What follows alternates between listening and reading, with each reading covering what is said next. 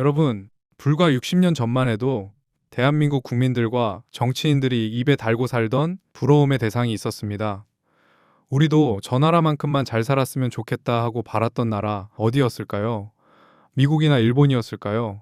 아닙니다. 바로 필리핀이었습니다. 1960년대 필리핀은 1인당 국민소득이 한국의 3배에 달했고 아시아에서 일본 다음으로 잘 살던 동남아의 최강국이었습니다. 반면 한국은 세계에서 가장 가난한 최빈국 중 하나였죠. 그런데 50년이 지난 지금 두 나라의 위치는 어떻게 되었습니까? 한국은 세계 10대 경제 대국이자 최첨단 테크 강국으로 올랐고 필리핀은 청년들이 일자리가 없어 전 세계로 떠돌아야 하는 가난한 나라가 되었습니다. 무엇이 이 잔혹한 역전극을 만들었을까요? 단순히 한국인은 부지런했고 필리핀인은 게을렀기 때문일까요? 아닙니다. 0에서 출발했던 두 나라의 운명을 갈라놓은 것은 바로 정부의 경제 방향성과 기득권의 속성이었습니다. 오늘 도돌이표 경제에서는 과거 필리핀과 한국의 역사를 통해 다가올 AI 시대의 국가의 방향성이 왜 우리의 생존을 결정짓는 핵심 열쇠인지 그 냉혹한 진실을 추적합니다. 1960년대 필리핀에는 엄청난 기회가 있었습니다.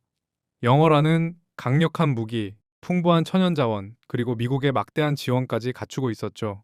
하지만 필리핀 권력층의 머릿속에는 국가의 미래가 없었습니다. 당시 필리핀의 기득권은 대토지를 소유한 지주계급이었습니다. 이들은 국가가 위험을 감수하고 공장을 짓는 제조업 산업화로 나아가는 것을 원치 않았습니다. 농업과 자원 수출만으로도 자신들의 특권과 부를 영원히 유지할 수 있었기 때문입니다. 그리고 그 위에 들어선 마르코스 독재 정권은 이 지주 기득권과 결탁했습니다. 마르코스 정권은 해외에서 빌려온 차관과 국부를 국가 인프라나 산업 육성에 쓰지 않고 자신들의 친인척과 측근들의 호주머니로 빼돌렸습니다. 산업을 성장시켜 나라의 체질을 바꾸는 대신 기존의 기득권 체제를 유지하는 데 국가의 모든 역량을 올인한 것입니다. 그 결과 필리핀은 공장을 짓고 기술을 배울 골든타임을 완벽하게 놓쳐버렸습니다. 같은 시기 대한민국은 어땠을까요? 두 나라 모두 독재라는 정치적 비극을 겪었지만 권력이 바라본 국가의 방향성은 극과 극이었습니다. 당시 한국은 필리핀과 달리 땅에서 나오는 자원이 단 한 가마니도 없었습니다. 토지개혁으로 대지주 계급도 해체된 상태였죠.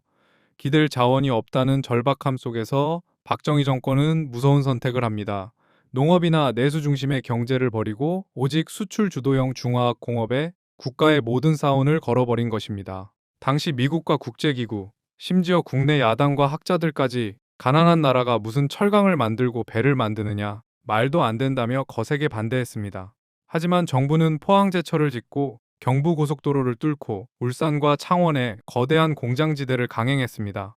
특혜를 주더라도 실제 물건을 만들어 해외에 팔아오는 기업에게 자원을 몰아주었죠. 쇠를 깎고 배를 만들고 반도체를 집어넣지 않으면 이 가난을 끊어낼 수 없다. 독재라는 정치적 과오 속에서도 국가가 잡은 단 하나의 명확한 방향성, 즉 산업에 올인한 결단이 대한민국을 전 세계가 경악하는 제조업 강국의 길로 들어서게 만든 것입니다. 50년이 지난 지금 국가가 잡은 방향성의 차이는 잔혹할 정도의 격차를 만들어냈습니다.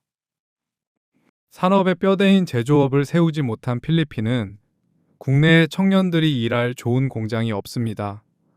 결국 국민 인구의 10%가 넘는 1,000만 명 이상이 해외로 나가 남의 집 일을 하거나 노동을 해서 얻은 외화를 본국으로 보냅니다. 필리핀은 국가 경제의 10%를 이 해외 송금에 의존하는 인력 수출국으로 전락했습니다. 반면 제조업에 올인했던 대한민국은 어떻습니까? 반도체, 자동차, 조선, 배터리, 방산까지 전 세계가 탐내는 첨단 물건을 만들어 파는 하드웨어 수출 강국이 되었습니다. 남의 나라에 사람을 파는 나라와 전 세계의 최첨단 기술과 물건을 파는 나라, 50년 전 정부와 기득권이 어떤 방향성을 선택했느냐가 만든 처절한 성적표입니다. 그리고 2026년 오늘, 우리는 50년 전보다 훨씬 더 거대한 패러다임의 전환기인 AI 시대를 마주하고 있습니다. 많은 이들이 AI를 기업들끼리의 단순한 기술 경쟁으로 생각합니다. 하지만 착각하지 마십시오. AI 산업은 거대한 전력망을 깔고 정밀한 반도체를 대량 생산하고 규제를 완화하고 국가적 데이터 센터 인프라를 구축해야 하는 국가 주도형 총력전입니다. 과거 필리핀처럼 기득권의 이익에 안주해 규제를 틀어쥐고 미래 인프라 투자 방향성을 놓치는 순간 아무리 찬란했던 국가도 순식간에 AI 시대의 가난한 낙오자로 전락할 수 있습니다. 반대로 과거 대한민국처럼 국가 전체가 명확한 방향성을 잡고 AI 인프라와 제조업 생태계에 올인한다면 우리는 다가올 AI 시대를 지배하는 최강국이 될 것입니다. 정부의 방향성과 미래를 대비하는 결단, 그것이 바로 50년 전 필리핀과 한국이 우리에게 던지는 가장 뜨거운 경고이자 교훈입니다.